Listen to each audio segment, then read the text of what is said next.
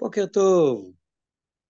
כמה טוב להיות פה ב-5:55, לנסות להביא עוד שרשור של דיבור על חיים טובים בצל עשיית הטוב, בבוקר טוב. אז היום אני דרור יהושע עם דרור עמדי. אפשר להתבלבל, זה טוב, זה לוקח אותי כמה שנים אחורה, זה נחמד. אז דרור, איזה כיף שאתה פה, ורציתי באמת להתחיל בשאלה שלוקחת אותנו קצת למקום של תפילה שמחייבת, שורה מתוך תפילה שמחייבת. אם אתה יכול לתת לנו איזשהו כיוון של שורה מתפילה שאתה מתפלל, ואותה השורה עושה לך דרך בחיים. בוקר טוב דרורי, חודש טוב גם. לטובת צופינו אולי מה שמקל לנו לפעמים, אתה דרורי הגדול ואני דרור הקטן. אה, לגבי העניין של תפילה, אז אני חושב ללכת דווקא עם קטע מתוך תפילה שאנחנו אומרים בכל יום, בסוף התפילה, גם בבוקר, גם בערב, בעלינו לשבח. אז יש שם את השורה של לתקן העולם במלכות שדי, ואני חושב שזה משהו שטוב לצאת איתו גם בבית הכנסת, גם בכלל, לתוך תודעה של החיים שלנו, במובן הכי יומיומי שלנו בירושלים, איך אנחנו מצליחים לתקן את מה שמסביב אלינו, אבל כן גם עם תפיסה של באמת ראייה של המרחב, של כל בני בשר שנמצאים כאן איתנו, ובטח נדבר על זה יותר בהרחבה בהקשר שלנו בקולנה, אבל אני חושב שכל אחד טוב לו להיות בתודעה של תיקון עולם. כן.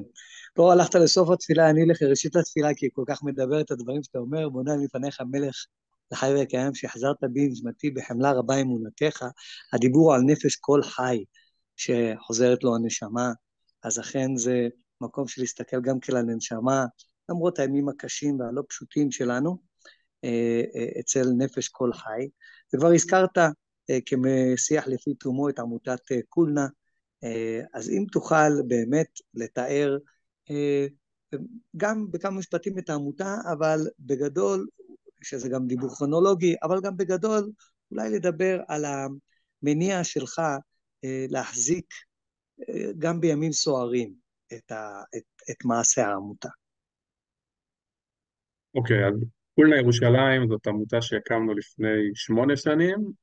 אנחנו זה חברים וחברות ערבים ויהודים ממזרח ומערב העיר, שבסיס ההיכרות בין כולנו כבר חוזרת יותר מעשור אחורה. מה שמעניין אותי בסיפור הזה, אני חושב גם את כל הצוות, זה קודם כל אהבה לירושלים, סקרנות ומחויבות לעיר הזאת במובן הכי רחב שלה, וחשיבה לטובת הכלל שלה. ושיש את התודעה הזאת ברמה הקיומית, אז גם בימים כאלה סוערים, אני חושב אין דרך חזרה. כמובן זה נהיה קשה יותר להחזיק את הסיפור הזה, אבל אנחנו מחויבים קודם כל אחד כלפי שני ברמה החברית, וכמובן ברמה של קהילות, ברמה של חשש לקראת כיוונים לא טובים שאנחנו לא רוצים שירושלים תגיע אליהם, ואנחנו מנסים כל הזמן לשמור על הקשרים, על המעגלים של הקהילה שלנו, ולצאת החוצה עם עשייה שמקרינה טוב גם במעגלים הרחבים יותר. אז דרור, אם אתה יכול ככה לתאר באופן יותר מפורט, מבני וכללי, על באמת העמותה החשובה הזו, שגם אני רוצה להגיד, אני חבר בעמותה האהובה הזו, כן, קולנה, ירושלים.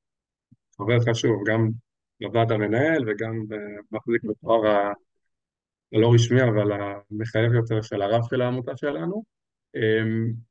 בגדול כל מה שקשור ליחסים בין ערבים ליהודים בירושלים מעניין אותנו. יש לנו שתי מטרות מאוד גדולות שמאפשרות לנו המון תמרון. המטרה הראשונה זה קידום מפגש והיכרות בין ערבים ליהודים בעיר במגוון פלטפורמות.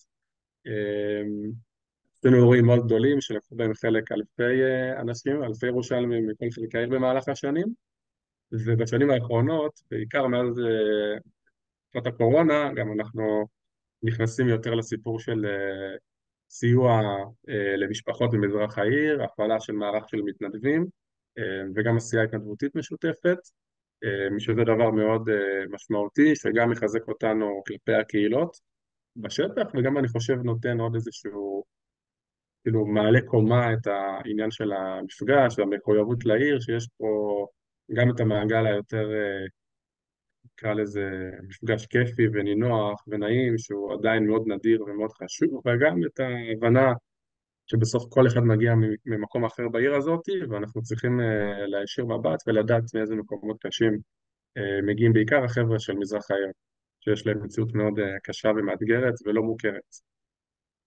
כן. באמת ירושלים צריכה לקולות מסוג זה, קולות אחרים, קולות יפים, קולות שגם בהרבה בחינות יודעות טוב מאוד לעשות את החיבור האקטיביסטי, קרי, ה-doing לפני ה-being. צריך לפעמים להיות בעניין של מעשה. דרור, תודה רבה. אנחנו נמשיך ונשוחח